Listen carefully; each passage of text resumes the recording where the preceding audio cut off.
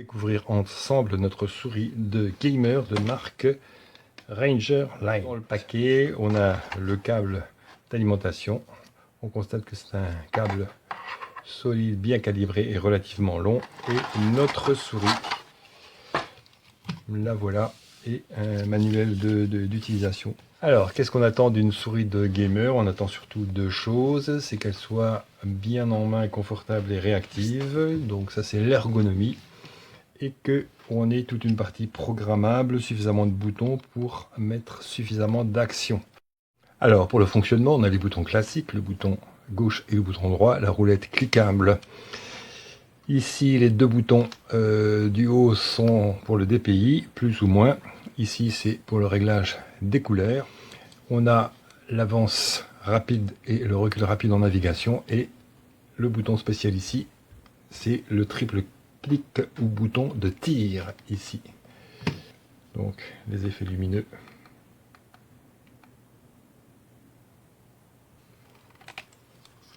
Sachant que le mode économique ici va couper les effets lumineux, mais que tout est également programmable par l'application. Ici, la connexion USB et le nano récepteur est à l'intérieur. Donc, on va dévisser. Voilà. Le nano récepteur est ici. On va le brancher immédiatement. Ok, donc la souris est reconnue immédiatement. Alors pour le confort, on a une bonne position ergonomique, une bonne forme de la main. Le bout des doigts repose bien, il est bien aligné sur bon là.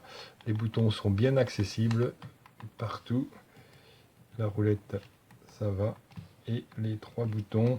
Alors on voit souris de gamer oblige qu'il y a des jeux de couleurs. Alors si on veut approfondir un peu le software, il faut aller sur le site Red Dragon ici et choisir le modèle M910 KS.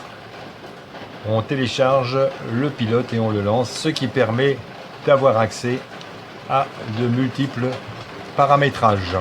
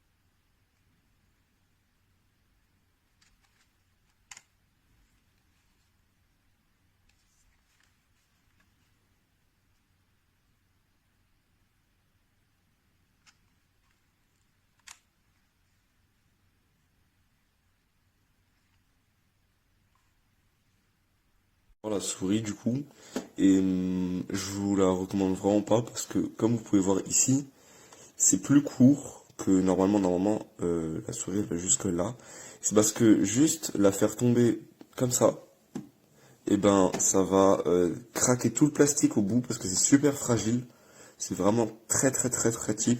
J'étais obligé de couper comme vous pouvez voir, j'étais obligé de couper le bout de la souris pour pas que ça rende moche parce qu'il y avait vraiment, c'était tout craqué comme ça. C'était horrible.